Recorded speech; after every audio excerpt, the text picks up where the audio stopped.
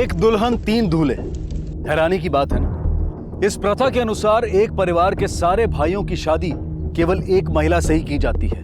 नतीजन उस महिला के 2, 3 या फिर कभी कभी 6 पति भी होते हैं। यहाँ के लोगों का मानना है कि इस प्रथा की वजह से आगे होने वाले संपत्ति और जायदाद संबंधी झगड़े टाले जा सकते हैं। और तो और कुछ लोग इसे आबादी नियंत्रित करने का जरिया भी मानते हैं।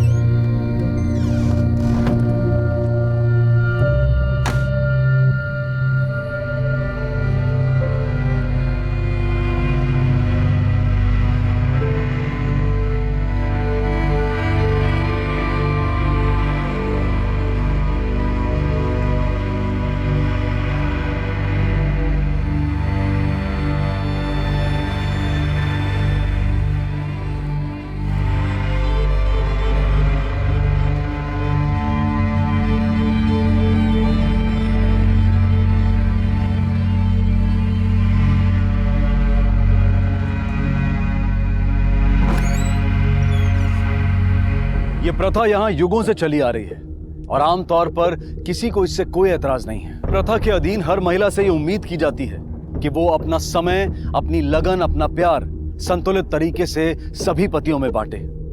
दीपू भी इन्हीं महिलाओं में से एक थी।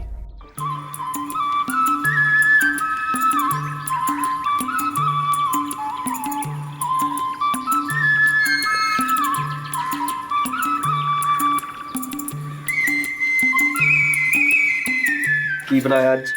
साग बनाया है तेरे लिए। आज बड़ी जल्दी आ गया तू। आज सारा काम जल्दी खत्म हो गया। अच्छा, मैं आना है। हाँ ठीक है, मैं रोटी बनाती हूँ। जी।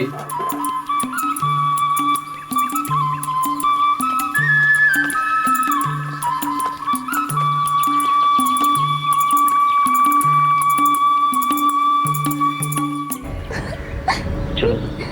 क्या? अभी चलो। नहीं मैं जा रही हूँ। चलो। नहीं छोड़ो। मैंने खाना अभी। नहीं मैं जा रही हूँ, बस चलो। चलो। हाँ अभी चलो। हाँ अभी।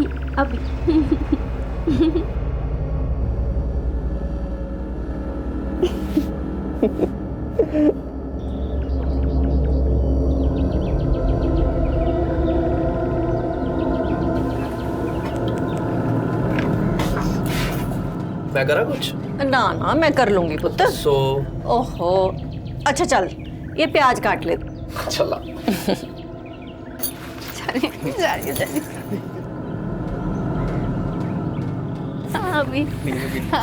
अभी बस।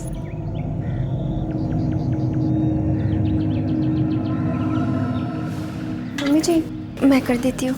नहीं ये हो गया, तू रोटी बना ले, ठीक है? लो जी आगे चाह।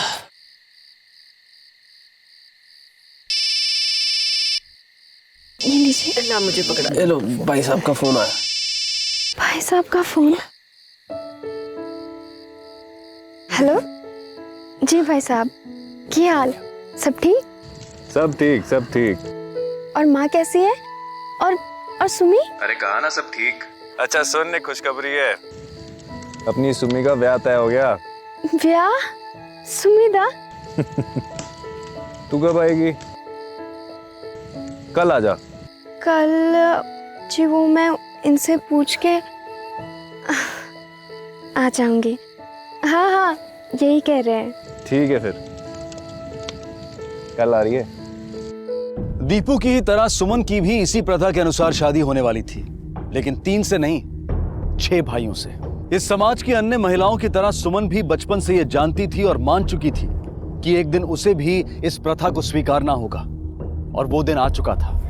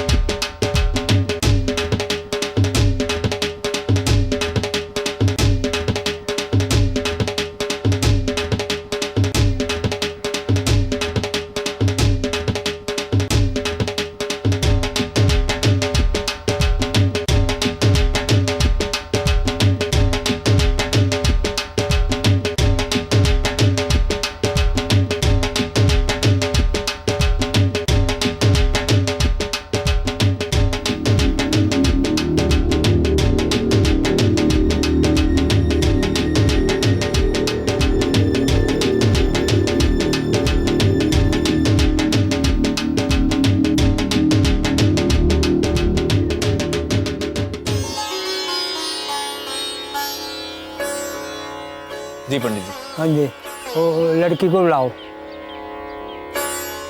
दीपू जा सुमी को बुला ला। जी भैया।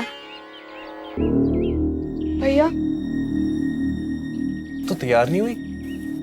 वो जा जल्दी जाके तैयार हो, पंडित जी कह रहे मुहूर्त का टाइम हो रहा है। भैया मुझे ये ब्याह नहीं करना। पागल हो गई है, बोल क्या रही है? भैया 6 आदमियों से शादी करके मुझे अपनी जिंदगी खराब नहीं करनी। ये क्या बोल रही है? नहीं जी, बच्ची है ना, शायद घबरा गई होगी। कोई नहीं, सब ठीक है। तू जा, तैयार हो। भैया मुझे ये ब्याह नहीं करना। बहुत जलील किया जी आपने। जब इसको शादी करनी ही नहीं थी तो हमें क्यों बुलाया? ना हम यहाँ आते और ना इस तरह इस लड़की के हाथों बेइज्जत होते। ये अच्छा नहीं किया आपने हमारे साथ। बहुत बुरा अंजाम होगा इसका। इस बेइज्जती का बदला तो हम लेके रहेंगे। नहीं जी, आप तो खामखा गुस्सा हो रहे हो। मैं समझाता हूँ ना इसको, मैं समझाता। हम समझाएंगे बेइज्जती क्या चीज होती है। सारी बिरादरी में तुम्हारा सर ना झुकाया तो देखना। चलो सब।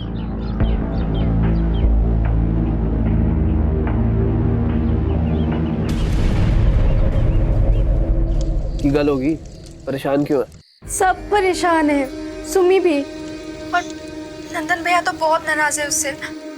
मुझे भी कह दिया कि मैं घर चली जाऊं। कोई ना, तू कल की ट्रेन तो वापस आ जा। मैं कल के दोपहर की ट्रेन से चली आती हूँ। चल, ध्यान रखिए अपना। क्या कहा? कहती ब्याह कैंसिल हो गया। क्यों, क्या हुआ? कहती कल आके ही बताएगी। तो अच्छा है ना, कल मैं मार्केट जा रहा हूँ तो लौटते वक्त मैं ले आऊंगा साथ में। अच्छा मैं अभी आता हूँ। इस प्रथा का विरोध कर सुमन ने अपनी शादी तोड़ दी। दीपू अगले ही दिन लौटने वाली थी और उसके 3 पति बड़ी बेचैनी से अपनी पत्नी के लौटने का इंतजार कर रहे थे, लेकिन हाँ जी भाई साहब। भाई साहब ये दीपा पहुंची नहीं अभी तक, निकली नहीं अभी। 4 घंटे, अब तक तो आ जानी चाहिए थी। भाई साहब पक्का निकली ना वो? अरे चरण जी, मैंने खुद उसे ट्रेन में बिठाया है, अभी तक उसे पहुंच जाना चाहिए था। ठीक है, आप स्टेशन जाके देखिए, मैं यहाँ देखता हूँ। जी।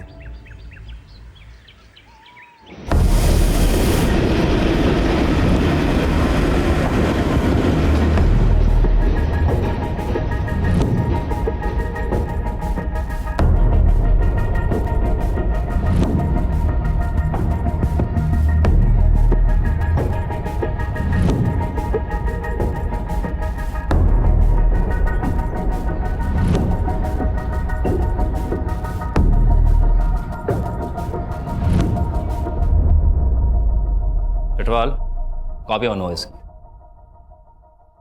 कितने बजे की ट्रेन में बैठाया था आपने उन्हें? साहब जी 11 बजे की ट्रेन थी। तो याद है कि उस वक्त क्या पहनी हुई थी? सर अच्छी तरह याद नहीं, पर शायद गुलाबी कलर का सूट था सर जी। और कुछ याद है? नहीं सर, बहुत परेशान है सर। एक बहन की शादी टूट गई और दूसरी लापता है। साहब कुछ भी करके हमारी बीवी को ढूंढ दीजिए। हम पूरी कोशिश करेंगे उनका पता लगाने की, और आपको भी कुछ याद आ जाए ना तो कांटेक्ट करिएगा। ओके? भाई ने तो ट्रेन में बैठा दिया था सर। जो कुछ भी हुआ है सफर के दौरान ही हुआ है। हाँ, हो सकता है। अच्छा, पता करो कि उसके भाई ने जो कुछ हमें बताया था उसमें सच्चाई कितनी है। आखिर पुलिस ने अपनी छानबीन शुरू कर दी। जहां इस तरह की वारदातें आमतौर पर नहीं होती, वहां पर दीपू का गायब हो जाना एक असाधारण घटना थी। बहुत नाराज हुए थे ना आप शादी टूटने पर? बहुत बेइज्जती हुई थी ना? जी साहब, बेइज्जती तो बहुत हुई थी। भैया 6 आदमियों से शादी करके मुझे अपनी जिंदगी खराब नहीं करनी। जब इसको शादी करनी ही नहीं थी तो हमें क्यों बुलाया? इस बेइज्जती का बदला तो हम लेकर रहेंगे। और इसलिए आपने लड़की की बहन को गायब? नहीं साहब, हमने ऐसा कुछ नहीं किया। हमने तो अपने बेटों की शादी कहीं और पक्की भी कर दी है। तुमने शादी क्यों तोड़ी? हाँ? अच्छा, शादी टूटने का दीपा से कोई वास्ता?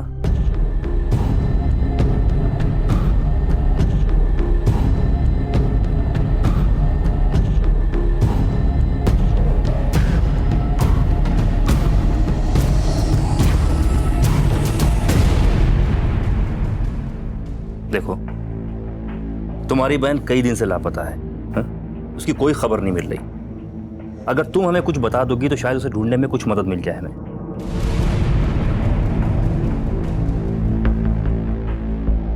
उसके कहने पर ही तोड़ दिया था मैंने ब्याह। क्या बात है दीदी? कुछ नहीं। तुझे याद है सुमी, बचपन में हम गुड़िया की शादी 3 गुड्डों से कराते थे, और फिर वो गुड़िया उन गुड्डों के साथ हमेशा के लिए खुश रहती थी। पर पता है सुमी, असली जिंदगी में ऐसी खुशी सिर्फ बचपन की उन खेल में ही होती है। बचपन के उन खेल में और असली जिंदगी के खेल में बहुत फर्क है सुमी। नहीं होता अब।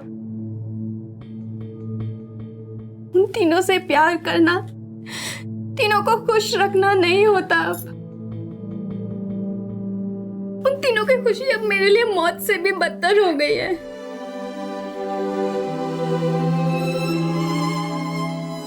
कभी कभी जब छूते हैं तो लगता है कि मर जाओ, लाश बन जाओ। फिर दर्द होता है, घिन आती है। सुमी, 3 आदमियों से शादी करके मेरी ये हालत है। तू 6 से शादी करना चाहती है?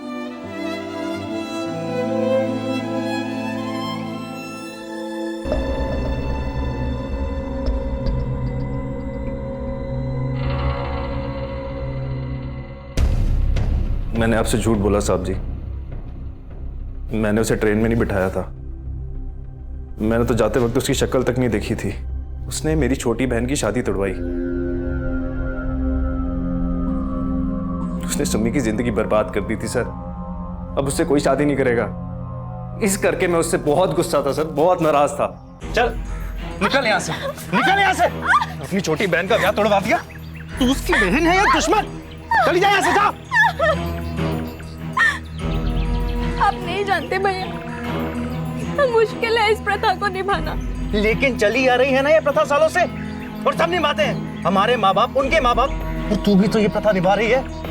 फिर इसकी शादी से क्या तकलीफ थी? तकलीफ है भैया, दिन रात सहते आ रहे हैं। पर मैं सुमी को ये सब सहते नहीं देख सकती। उसकी सारी तकलीफ मैं ले लूं। उसकी बड़ी दीदी हूं मैं, इसलिए उसकी फिक्र है। पर आप हमारे बड़े भाई होने के बावजूद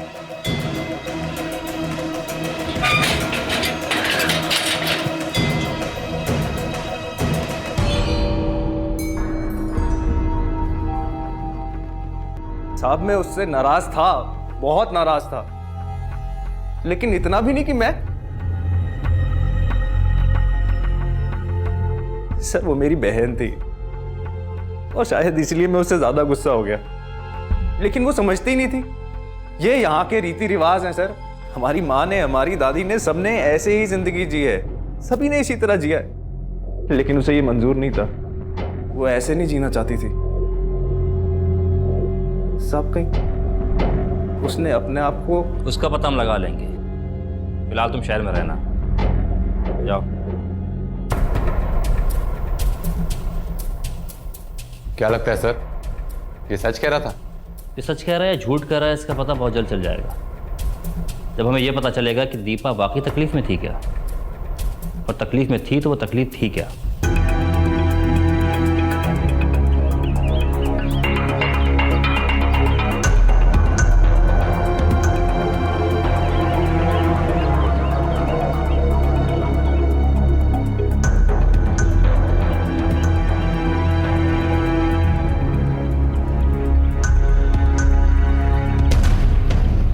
मिलने से क्या लगता था? कैसी लड़की थी दीपा? उसका स्वभाव कैसा था? घुलती मिलती थी सबसे? बात करती थी? कोई दोस्त है उसके? हाँ साहब, वो खुश रहती थी, हमेशा सबसे मिलती जुलती थी। लेकिन एक दिन क्या? बताना ब्याह के बाद। साहब, ब्याह के कुछ ही दिन के बाद लड़की घर से भाग गई थी। हाय रब्बा, पता नहीं कहाँ चली गई ये लड़की। लो आगे दो। ये सब जगह देखा, नहीं मिली। नदी को देखा? ये वहाँ भी देख लिया, नहीं मिली। कहाँ चली गई? अरे नहीं मिली तभी तो फोन किया आपको। वहाँ भी नहीं। अब मैं स्टेशन पे देख के आता। हाँ,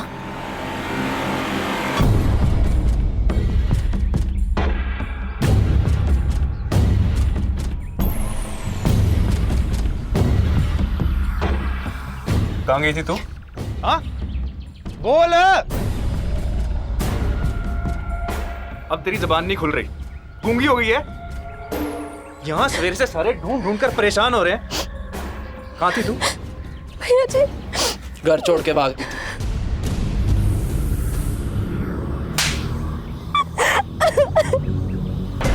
कुछ दिन के बाद ही। ठीक है, ऐसी क्या वजह थी कि दीपू ने घर से भागने की कोशिश की थी? सभी यकीन मानिए, हमें तो खुद नहीं पता नहीं ऐसी क्या परेशानी थी उसे इस घर में। बिना वजह तो कोई यूं घर से नहीं भागता, कोई तो तकलीफ थी उसे। सभी यही सवाल मैंने नहीं, हम सबने पूछा था उससे, और उसने कोई जवाब ही नहीं दिया। हमें लगा उसे घर की याद आ रही होगी। या जाके मिल आती, इसके लिए उसे घर से भागने की क्या जरूरत थी? क्या आप लोग मना करते उसे? नहीं साहब जी, हम क्यों मना करते, बल्कि वो तो मायके आती जाती रहती थी। फिर क्या वजह थी उसके भागने की? कोई तो तकलीफ जरूर थी उसे। सब्जी, काश उसने बता दिया होता कि उसे क्या तकलीफ है, असि सब ठीक कर देते। सभी आप मोहल्ले वालों से, पड़ोसियों से पूछ लीजिए, उस दिन के बाद उसे कोई तकलीफ नहीं है। पहले हमें लगा कि उसे आदत नहीं है, पर बाद में उसे आदत पड़ गई थी। तो जो लड़की पहले भागने की कोशिश कर चुकी है वो फिर से भी तो भाग सकती है। या फिर हो सकता है कि भाई झूठ बोल रहा हो, या फिर उसी ने कुछ किया हो, पहले घर से भाग आई, फिर एक छोटी बहन का ब्याह तोड़ दिया, बिरादरी में नाक कट गई। भाई को गुस्सा तो आया होगा। हमें खोज का दायरा बढ़ाना हो। एक काम करो, तुम बाकी डिस्ट्रिक्ट के थानों में भी फोटो भिजवाओ। अगर भाग के गई होगी तो जाएगी तो शिमला से ही। तुम पर्सनली शिमला जाओ और वहां के हेडक्वार्टर में जाकर मिसिंग इंक्वायरी की नोटिस फाइल करके आओ। ठीक है? Yes sir.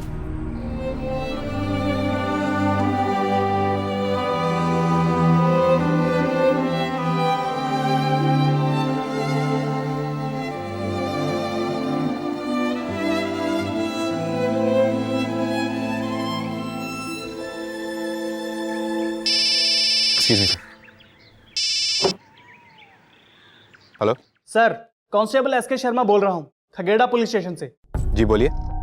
हमें डेड बॉडी मिली है, जो लड़की लापता है उससे मैच करती है।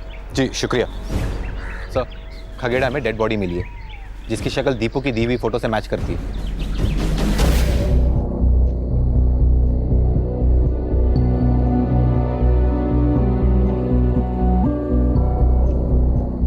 पोस्टमार्टम करवाओ। Yes sir.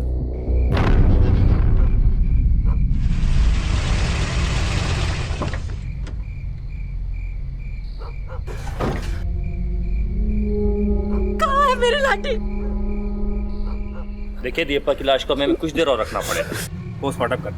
बॉडी हमारे हवाले कर दीजिए।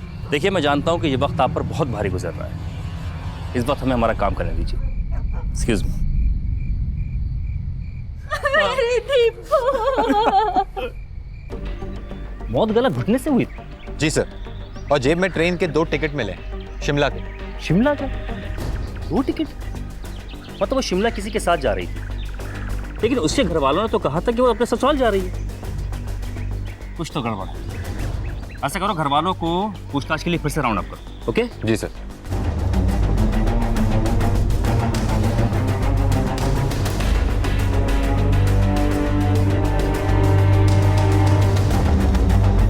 साहब जी आप कहना क्या चाहते हैं?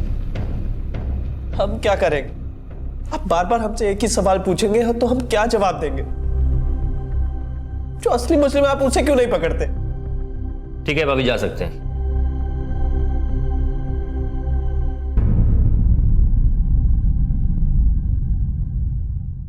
या तो इनमें कोई कुछ छुपा रहा है, या कोई ऐसी चीज है जो हमें नजर नहीं आ रही, लेकिन क्या?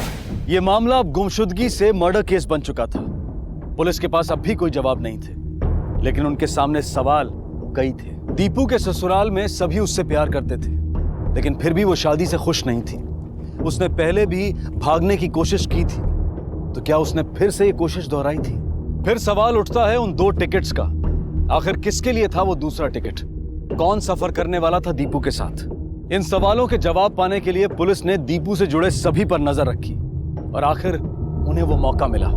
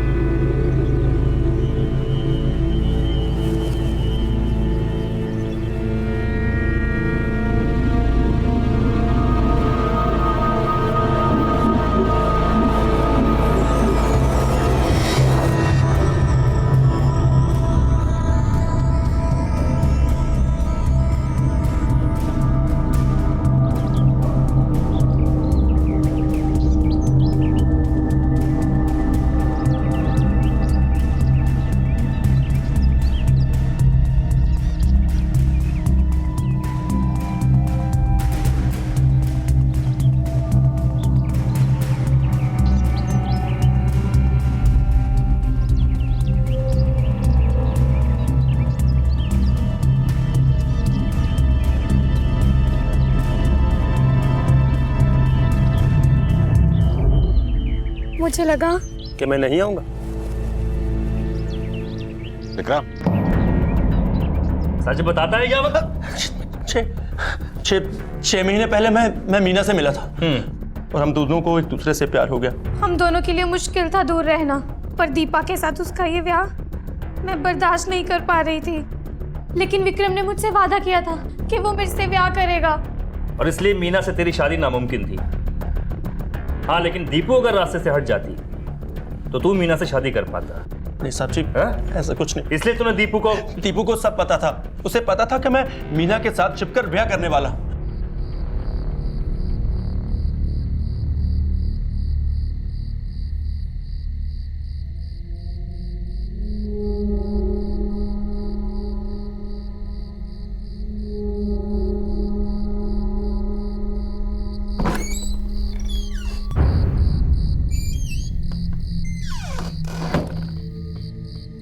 कितना लंबा दिन था ना आज।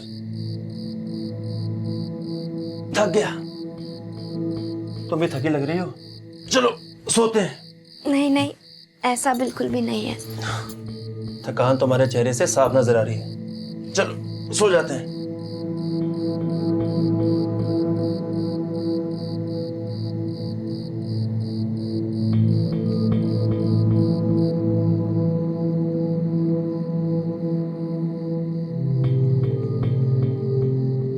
सुनिए जी। हाँ? आप मुझसे नाराज है क्या? नहीं तो, लेकिन तुम्हें ऐसा क्यों लगा? नहीं, वो सबका ख्याल रखना मेरी जिम्मेदारी है ना। और कुछ दिनों से देख रही हूँ कि आप मुझसे दूर रहते हैं। मैंने कुछ गलत किया क्या? नहीं नहीं, ऐसी कोई भी बात नहीं। ऐसा ही है, बताओ ना जी, मैंने कुछ तो जरूर गलत किया होगा। नहीं, वो बस सारा दिन काम में थक जाता हूँ और कुछ नहीं। इतने दिनों से, बताओ ना जी। देखो, तुम गलत समझ रही हो।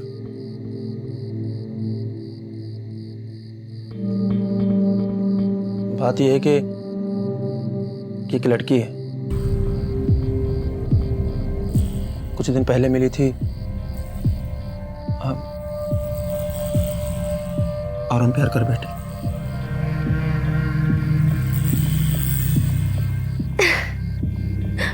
दीपू ने मेरा हमेशा साथ दिया।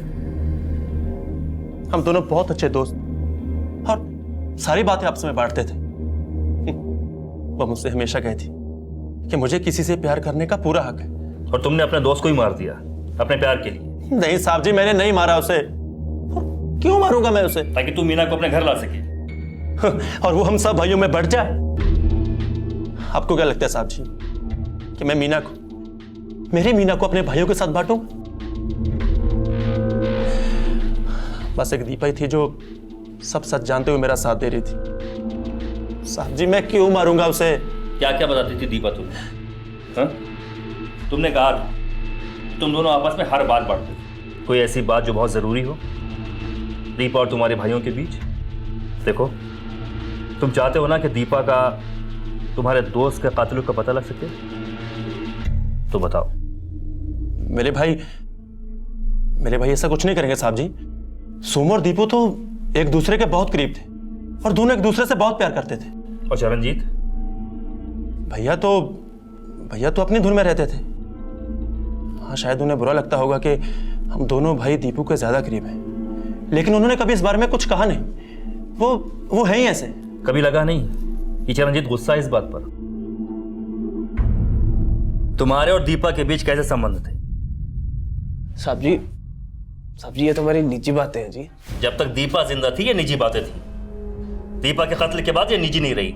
समझ में आया तेरे? अभी मेरे बातों का सही जवाब दे। तुम्हारे और दीपा के बीच कैसे संबंध थे? जी, कहने को तो हम दोनों एक दूसरे के बहुत करीब थे। हर घर वाले थे बीवी की तरह।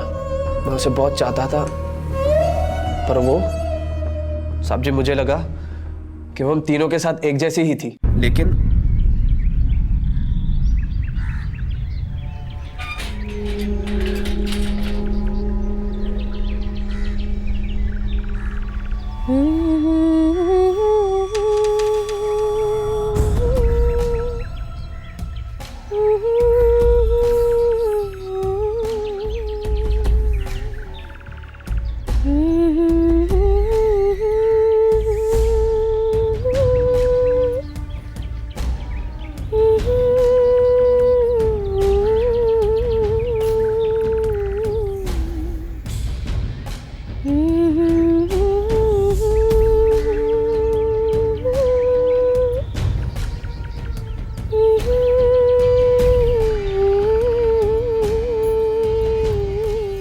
पर नहीं, वो सोमदेव विक्रम के ज्यादा करीब थी। मैंने देखा था उन्हें एक दूसरे से हंस के बातें करना, गाने गाना, आंखों ही आंखों में इशारे करना, सब दिखता था जी।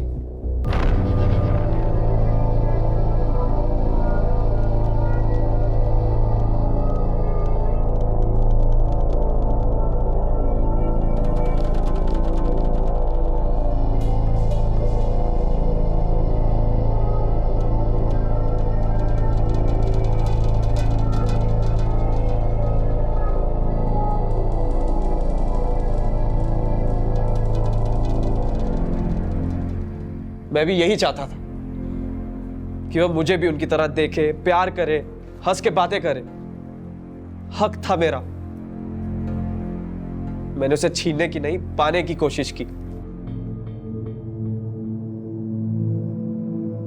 ना, आज रहने दे।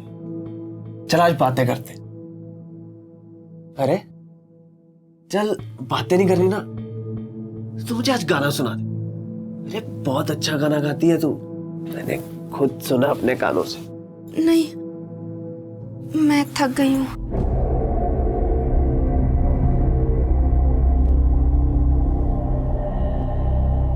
पर वो, उसे मेरा छूना भी पसंद नहीं था। और इसलिए तूने उसे मार दिया? हाँ? आपको अब भी लगता है कि मैंने मारा है उसे? दीपा को प्यार करता था जी मैं उसे। प्यार नहीं, जुनून। जुनून सवार था तेरे सर पर दीपा के प्यार को पाने का। और कई बार जब ये जुनून एक तरफा हो ना, तो उसे नफरत में बदलते देर नहीं लगती। जी मैं उसे नुकसान पहुंचाने की सोच भी नहीं सकता। जिस वक्त दीपा की मौत हुई, तू कहाँ था? जी मैं कथा सुनने गया था, माता जी को साथ लेकर गया था जी। जी कथा सुन रहे थे मैं और चरण। ये बेटा मेरा बड़ा ही ध्यान रखता है, बड़ा ही अच्छा बच्चा है मेरा, ये बहुत संस्कारी है जी ये। बाकी वो जो दूसरे हैं सोम और विक्रम, वो तो जी बहुत बेकार है। बस यही है बच्चा जो माँ का ख्याल रखता है जी। ये एक ऐसा मामला बन गया था जिसमें कई संदिग्ध बातें सामने आई। वो भाई जिसे प्रथा को अस्वीकार करने वाली बहन पर गुस्सा था, वो पति जिसे किसी और से शादी करनी थी, या वो पति जो ईर्ष्या की वजह से किसी भी हद तक जा सकता था, या वो खानदान जो सुमन के शादी तोड़ने की वजह से अपमानित महसूस कर रहा था। क्या कातिल इनमें से ही कोई था या फिर कोई और? सर, फोन रिकॉर्ड्स कुछ आ गए हैं, कुछ बाकी। ओके। अच्छा सुनो, मुझे दीपा के भी सारे फोन रिकॉर्ड सही हैं?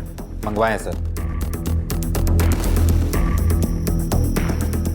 सर ये देखिए।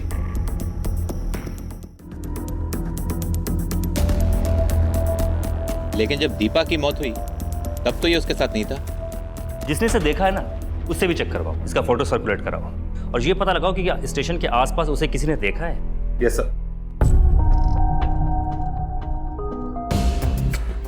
अरे सुनो। हाँ सर। इस आदमी को पहले देखा है कभी? हाँ सर। ये इस लड़की के साथ देखा था? हाँ जी, ये दोनों ही पुल के तरफ गए थे। साहब जी फिर मुझ पे शक क्यों कर रहे हैं? वजह पूछना चाहता है ना? हाँ, वजह पूछता है? चल आज मैं तुझे कई सारी वजहें बताता हूं। वजह एक, दीपू की मौत के वक्त तेरी फोन की लोकेशन वहीं ट्रेस हुई जहां दीपू को आखिरी बार देखा गया था। वजह दो, इस आदमी का बयान जिसने तुझे दीपू के साथ पुल की तरफ जाते हुए देखा था।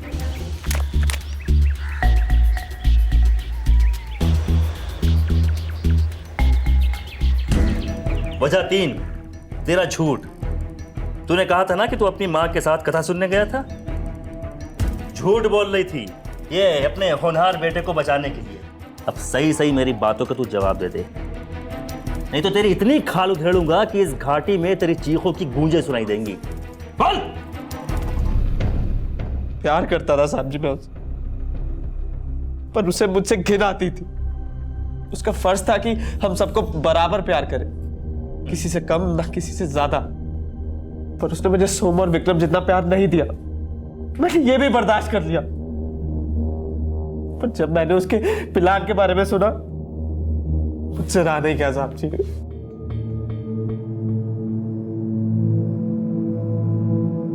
दीपू,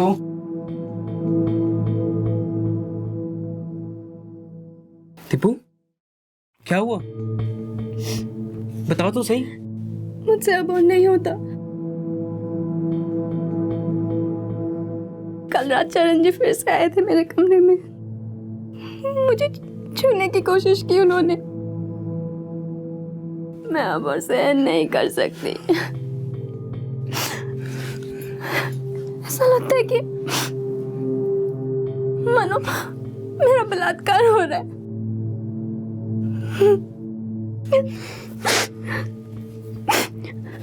अब बस एक ही रास्ता है, हम भाग जाएंगे।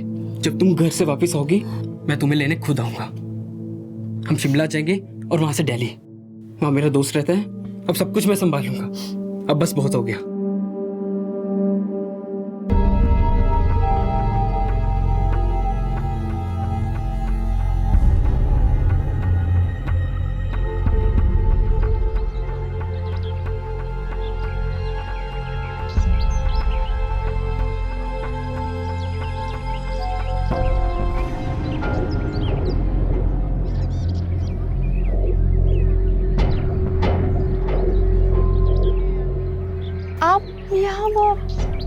सोम जी आने वाले थे ना? हाँ वही आने वाला था, पर उसका रास्ते में एक्सीडेंट हो गया। एक्सीडेंट? हाँ वो पास के अस्पताल में भर्ती है, जल्दी चलो। चलिए।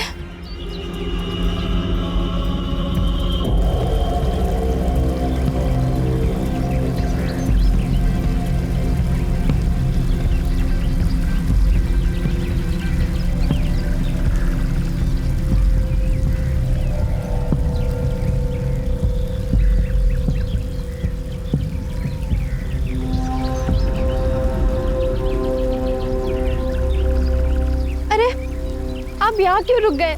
चलिए ना, मुझे सोम जी की बहुत चिंता हो रही है। तुम्हें कभी मेरी चिंता नहीं होती ना?